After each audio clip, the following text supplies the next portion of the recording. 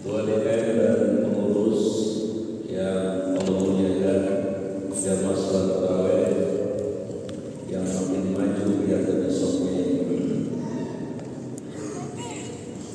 Ada ungkapan orang Arab yang mengatakan inna likulli syai'in simatin, segala sesuatu itu ada cirinya. Misalnya suku, ya.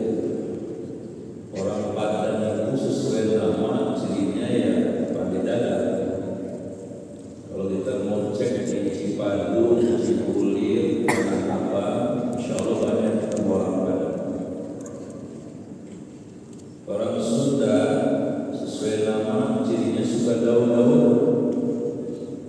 Kalau kita mampir di warung makan Sunda, insya Allah dari daun kemangi sampai lenca ada. Orang Jawa sesuai nama kedua ya. Orang Jawa yang usianya 50 ke atas kenal tuh dalam mungkin dari mulai Ki Suroto, Ki Gundono, Ki Seno Haji, Ki Mantap Sudarsono sampai ke Entus Susmono kenal tahu.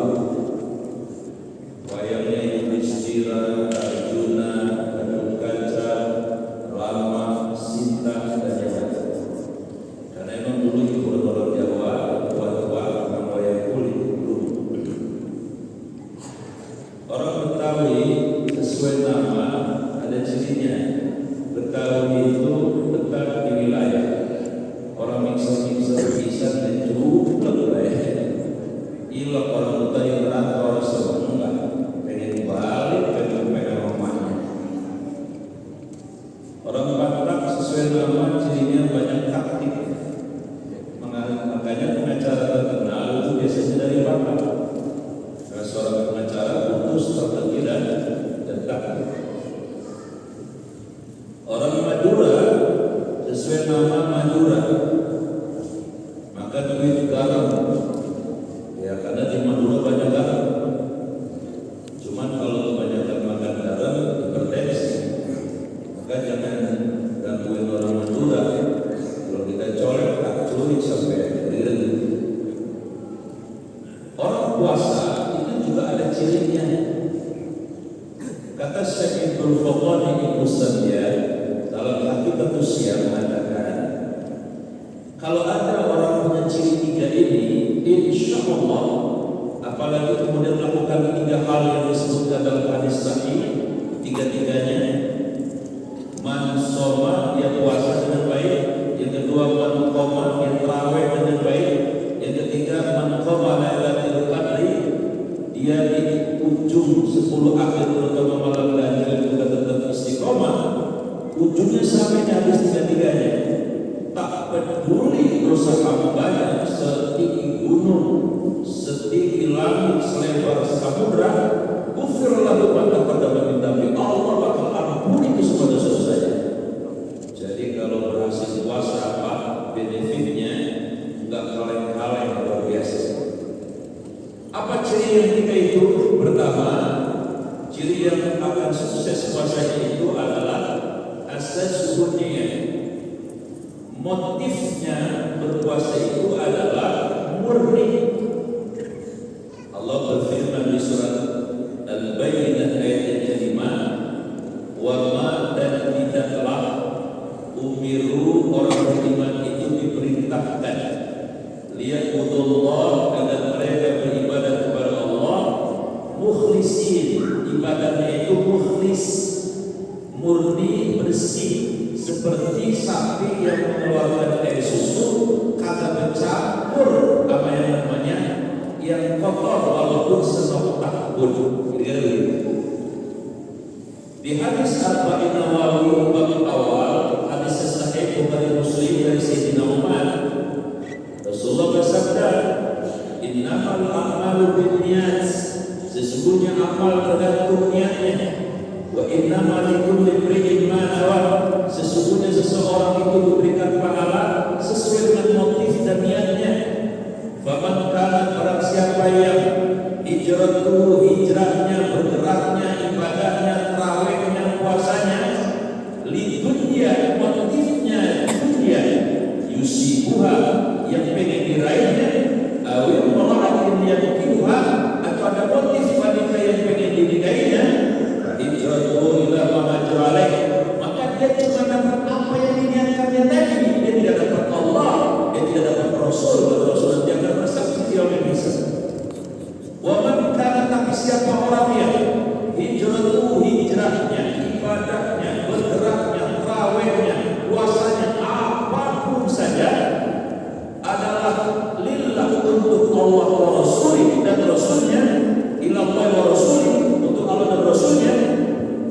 hijratuhu ila ma hajara alaih, maka dia dapat Allah, dapat Rasul, sekaligus ikut dapat dunia.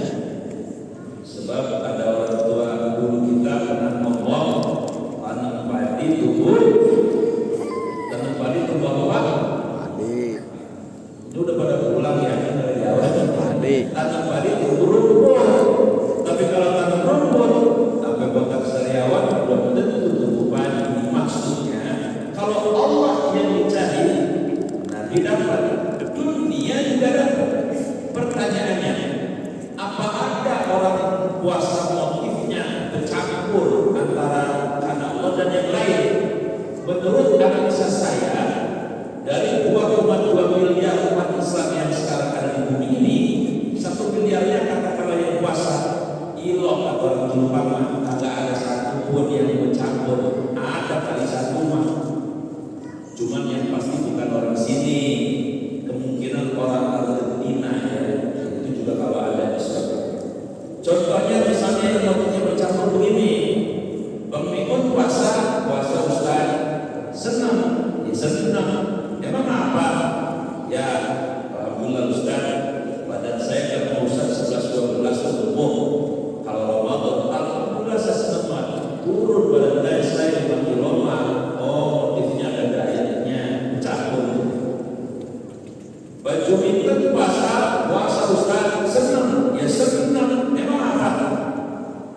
Cuman di bulan Ramadan doang Ustaz, jujur saya doang belanja utuh. Emang apa?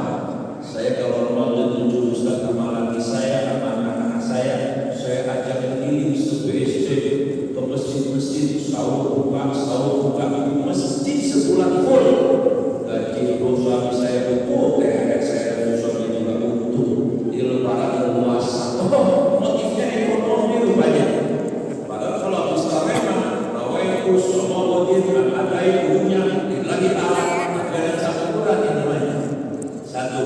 Yang kedua, orang yang insya Allah suaminya akan berhasil adalah kata Syaikhul Faqani, asasuhu al-ilm. Dasarnya adalah ilmu. Ada kaidah yang mengatakan al-ilmu qabla al-ibadah. Ilmu dulu baru ibadah. Jangan ibadah dulu, ilmu di belakangnya akan berantakan. Karena ada cerita Pak, di lupa ibadah saya ada RT dan tahu ilmunya, maksa jadi imam. Alhamdulillahnya makmumnya cuma 2, sekretaris sama bendaharanya, dan dua-duanya juga pada ngaji juga. Begitu takbir ditakbirkan dari arah depan, ada tikus nyamperin. RT ini bukan belum ngaji, kan harusnya kalau saudara pergi mah ya tinggal melangkahnya selangkah, menjar lagi, selangkah lagi, menjar lagi, selangkah lagi. Kalau tidak 3 kali itu darurat boleh batal kalau ngaji RT-nya keder. Saking kedernya sampai ngomong dia ada tikus dari itu, sekretarisnya nimpalin. Kalau nggak boleh ngomong, tahu kata sekretarisnya, udah ada nimbrung, ayat 2 dari tadi dibayi ini berantakan semua Pak. Kenapa? Karena ibadah dulu baru ilmu. Makanya orang berilmu itu diapresiasi oleh Allah. Lihat di surat Mujadalah ayat yang ke-11. Yarfa'i hatifil mubarak, yarfa'illah, Allah akan mengangkat. Siapa yang Allah angkat? Alladzina orang-orang yang amanu beriman, walladzina dan orang-orang yang utul ilma darajat, orang yang punya ilmu karena dia rajin mencari ilmu. Darajat pakai jamak taksir, beberapa derajat bisa puluhan, bisa ratusan, bisa ribuan kali. Itulah mengapa Nabi pernah ketemu dengan setan Pak. Nabi ketemu sama setan, setannya keluar dari masjid. Ini jangan disangka di masjid ada setan Pak. Ada di masjid ada setan. Cuman kalau azan setannya kabur, habis aja datang lagi di sini. Komat setan pergi, habis komat datang lagi. Begitu kita sholat takbir, setan godain kita, ada divisi khusus namanya al-inzib itu. Makanya mohon maaf, tapi mungkin bukan orang sini. Ada kok yang sebelum sholat dari kunci motor, enggak ketemu